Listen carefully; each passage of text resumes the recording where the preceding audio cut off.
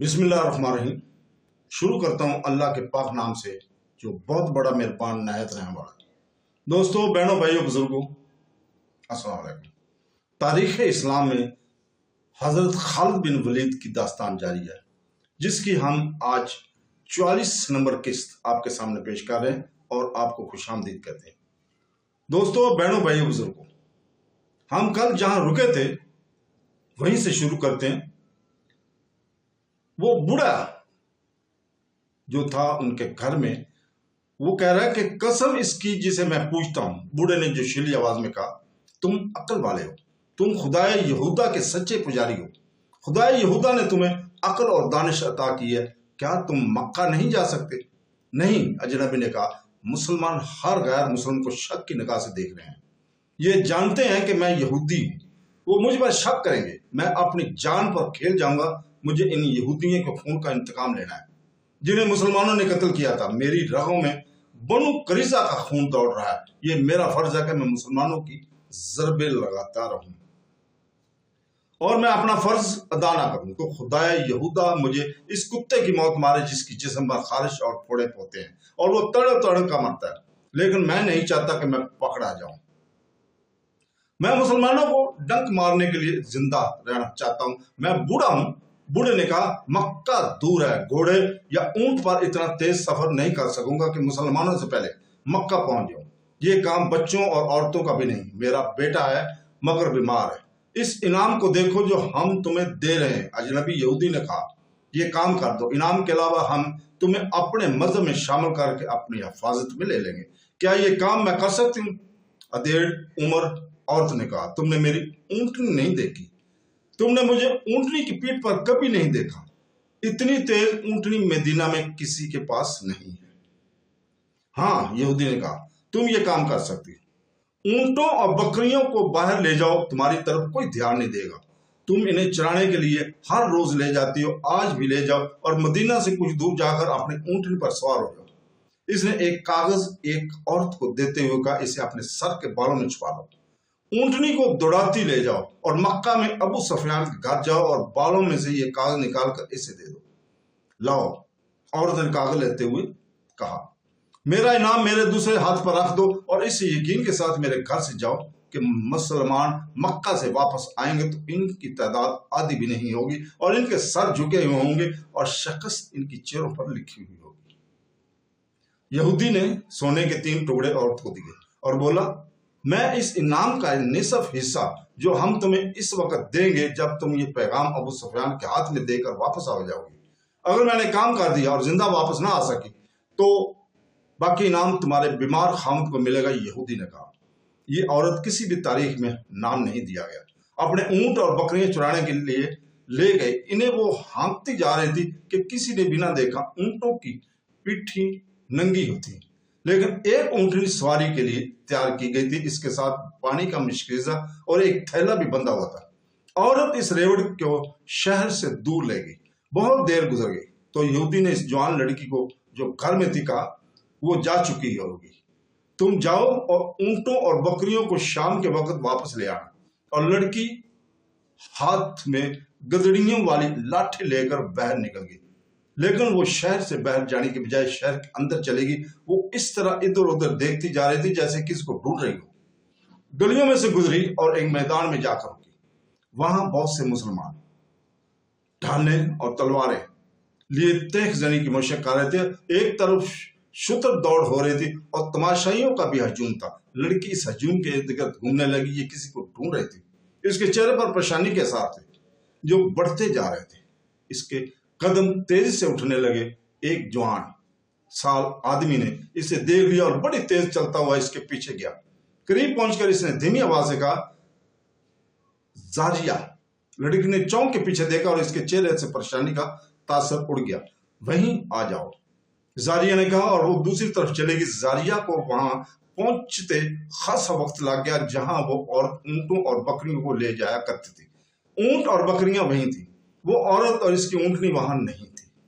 जारिया वहां इस अंदाज से बैठ गई जैसे बकरियां चराने आई हो। वो बार बार उठती और शहर की तरफ देखती थी। इसे अपनी तरफ कोई आता नजर नहीं आ रहा था। वो एक बार फिर परेशान होने लगी। सूरज डूबने के लिए उफक की तरफ जा रहा था। जब वो आता दिखाई दिया, जारिया ने सुकून की आह भरी और पीठ बैठ गई। ओ अबैदा, ओ अबैद।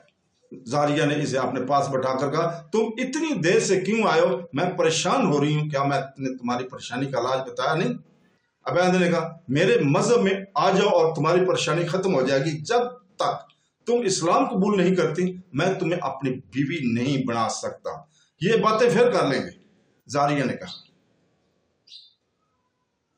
लेकिन आज मेरे दिल में एक बोझ आ पड़ा है। कैसा बोझ? मुसलमान मक्का पर हमला करने जा रहे हैं।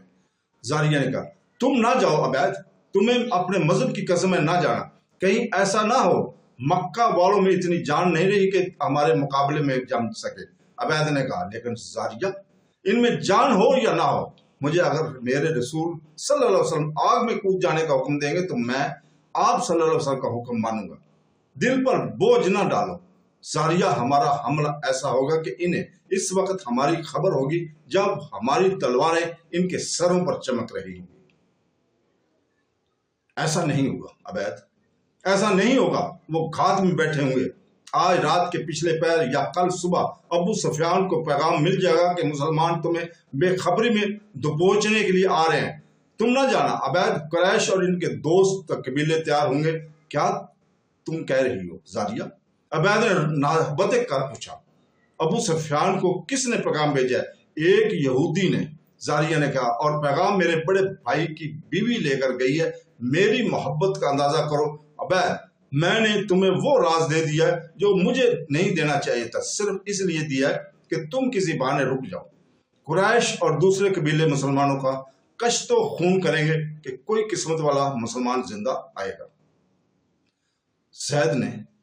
अबैद ने इससे पूछ लिया कि इसके भाई की बीवी किस तरह और किस वक्त रवाना हुई है।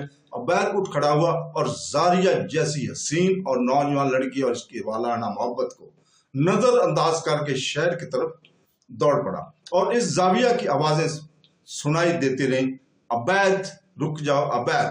और अबैद जाविया की नजरों से उजल हो गया। और अबैद जाविया की नजरों से जब उजल हो गया तो रसूल पाक सल्लल्लाहु अलैहि वसल्लम को पूरी तफसील से बताया गया कि एक और बड़ी तेज रफ्तार ऊंटनी पर अबू सुफियान के नाम पैगाम अपने बालों में छुपा कर ले गई। इसे अभी रास्ते में होना चाहिए था। रसूल पाक सल्लल्लाहु अलैहि वसल्लम ने इसी वक्त हजरत अली और हजरत जुबैर को बुलाकर इस औरत की और इसकी ऊंटनी की निशानियां बताई और इन्हें इस औरत को रास्ते में पकड़ने को भेज दिया। हजरत अली रजी अल्लाह ताला अन्हु और हजरत जुबैर रजी अल्लाह ताला अन्हु के घोड़े अरबी नस्ल के थे और उन्होंने इसी वक्त घोड़े तैयार किए और एड़ियां लगा दी। इस वक्त सूरज गुरूब हो रहा था। दोनों शाहसवार मदीना से दूर निकल गए तो सूरज गुरूब हो गया। अगले दिन का सूरज तुलू हुआ तो हजरत अली रजी अल्लाह ताला अन्हु और हजरत जुबैर के घोड़े मदीना में दाखिल हुए। इनके दरमियान एक ऊंटनी थी जिस पर एक औरत सवार थी। मदीना के कई लोगों ने इस औरत को पहचान लिया, इसे रसूल करीम सल्लल्लाहु अलैहि वसल्लम के पास ले गए। इसके बालों से जो पैगाम निकला गया था वो हजूर पाक सल्लल्लाहु अलैहि वसल्लम के हवाले किया गया। आप सल्लल्लाहु अलैहि वसल्लम ने पैगाम पढ़ा तो चेहरा लाल हो गया। ये बड़ा ही खतरनाक पैगाम था। इस औरत ने इकबाल जुर्म का लिया और पैगाम देने वाले यहूदी का नाम भी बता दिया। रसूल पाक सल्लल्लाहु अलैहि वसल्लम ने इस औरत को सजाए मौत दी, लेकिन यहूदी इसके घर से गायब हो गया था। अगर ये पैगाम मक्का पहुंच जाता तो मुसलमानों का इंजाम बहुत बुरा होता। मक्का पर फौज कशी की क़यादत रसूल पाक सल्लल्लाहु अलैहि वसल्लम फरमा रहे थे। रसूल पाक सल्लल्लाहु अलैहि वसल्लम ने तैयारियों का जायजा लिया और कूच का हुक्म दे दिया और इस्लामी लश्कर की तादाद 10,000 प्यादा और सवार थी। इस लश्कर में मदीना के इर्द गिर्द के वो कबीले भी शामिल थे जो इस्लाम कबूल कर चुके थे।